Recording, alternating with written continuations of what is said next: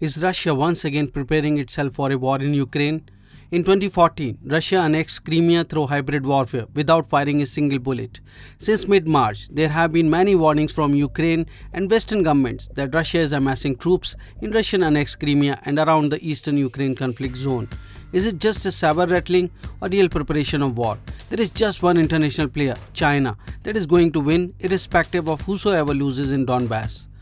What is going to be India's position on the building crisis? I will tell you, but first let's talk about the situation.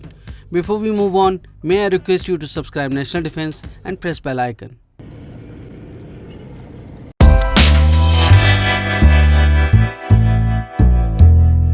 On 13th April, Russian Defense Minister Sergei Shoigu accused NATO of threatening actions and said Russia had responded by sending 2 armies and 3 formations of airborne troops to its western borders to conduct exercises.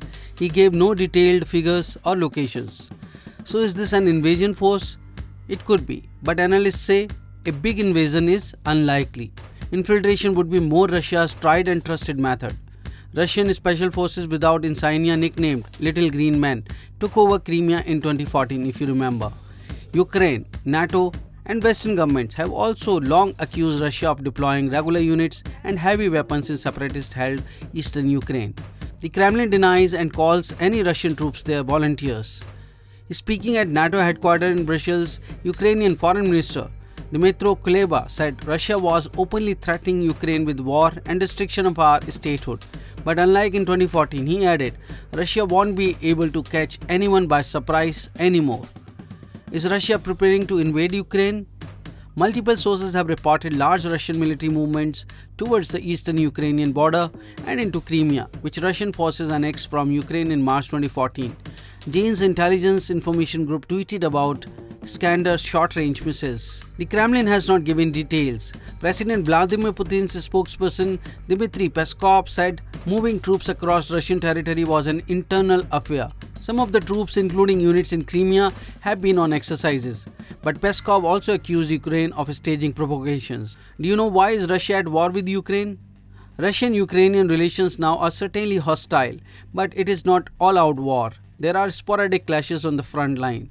Since the collapse of communism in 1991, Russian troops have intervened in conflicts in several areas of the former Soviet Union, notably in Chechnya and other parts of the Caucasus.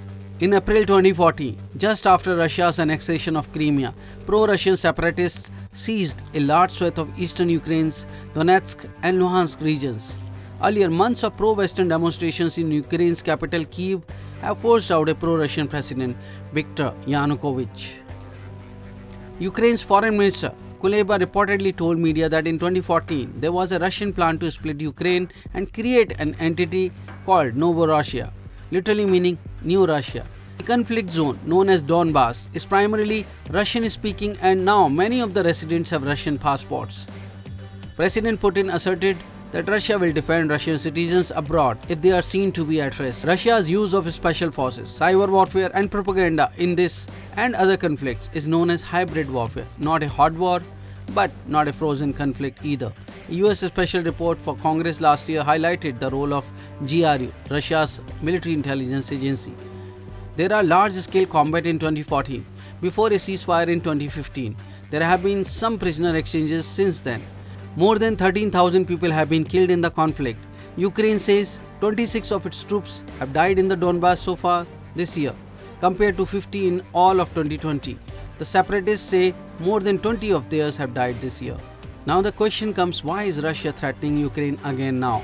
There are several factors exacerbating tensions. In February, Ukraine's President Volodymyr Zelensky imposed sanctions on Viktor Medvedchuk, a powerful Ukrainian oligarch and a friend of President Putin. Ukraine also banned broadcasts by 3 pro-Russian TV stations. The Minsk peace deal agreed in 2015 remained so far being fulfilled. For example, there are still no arrangements for independently monitored elections in the separatist regions. In previous conflicts, in what it calls its near abroad, Russia has sent in troops as peacekeepers who have ended up staying. It happened in Moldova and South Ossetia, for example. There are fears that it could well happen again in Ukraine. It would freeze the position firmly in Russia's favor. Some experts speculate that Putin also wants to test US President Joe Biden. who have taken a tougher stance on Russia than his predecessor Donald Trump. Vladimir Putin faces parliamentary elections in September and a continuing mass movement supporting his jailed arch-critic Alexei Navalny. So the Kremlin defending embattled Russians in Ukraine would go down well with many voters. Navalny might also be marginalized if the Kremlin whipped up patriotic fervor over Ukraine. Ukraine is not a NATO member, but NATO has close ties with Ukraine, which has received Western arms including US Javelin anti-tank missiles, so Russia knows that it risks provoking more Western military help for Ukraine. President Zelensky has urged NATO to speed up Ukrainian membership, but the conflict makes it difficult for NATO to accept Ukraine under the 30-nation alliance's current terms. NATO is helping Ukraine's military with modernization, training and joint exercises. Amid the crisis, the Pentagon has decided to add 500 troops to its presence in Germany.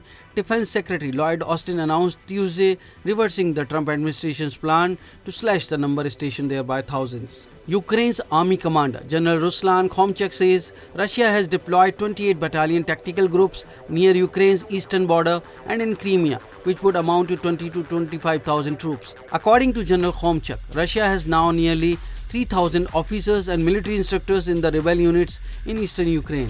Emboldened with Chinese support, Russia looks determined to repeat Crimea and Donbass this time. But China, who has earlier signed multiple agreements and vowed to defend Ukraine, has turned its back towards Ukraine in order to support Russia, serving its geopolitical interests. China had built up strong economic links with Ukraine and the previous regime. China has bought weapons from Ukraine and they have made big investments in farmlands because the nation is in need of wheat and grain. Chinese view on Ukraine crisis is interesting. It doesn't see Vladimir Putin as intervening, but it sees the West as meddling in a way it should not do and in a way that China doesn't want it to do. China now throws all of its weight behind Moscow because of a strategic collusion between Moscow and Beijing. In contrast to its present position, earlier an agreement was reached on 5% of Ukraine's territory being leased to China for a period of 50 years for agricultural purposes. Moreover, President Xi Jinping and Viktor Yanukovych signed a security agreement on December 5, 2013, which included a $10 billion agreement on cooperation and a nuclear clause that in the case of the nuclear threat or attack, China would offer key support. This was the result of China's long-term courting of Ukraine and intensified military cooperation between the two states. Ukraine has fulfilled an important function for China by supplying it with jet engines for the Chinese version of Sukhoi jet fighters, the Varyag aircraft carrier, now renamed the Liaoning, as well as Zubr-class amphibious hovercrafts and the Y series of strategic bombers. In some ways, Ukraine has provided the critical military technology that Russia has been reluctant to transfer. A complex set of reasons, economic, political and geopolitical, have caused heightened interest on the part of China in the events in the Ukraine. From the start, China kept a very low profile and right up to late February 2014, made no strong statements on the crisis in Ukraine and shunned any diplomatic initiatives. Thereafter, China's official stand began to exhibit increasingly frequent signs of anti-Western rhetoric, an indication of its position over the situation in Ukraine nudging closer to that of the Russian Federation. China has swung gradually and somewhat ambiguously towards support for Russia primarily due to geopolitical reasons. Also, China and Russia share the desire to put up a united front in response to attempts by the United States and other Western countries to impose their attitudes on other countries. India, however, has no major interest in Ukraine, save that of a few thousand Indians have been living there. Earlier, India termed Russian presence in Crimea as legitimate Russian interest, and the position is unlikely to change as both are strategic partners. However, Russian coziness with Chinese is a jitter in relations with India. Hope you like the story. Please subscribe National Defense and press the bell icon. Thank you for watching. Jai Hind, Vande Mataram.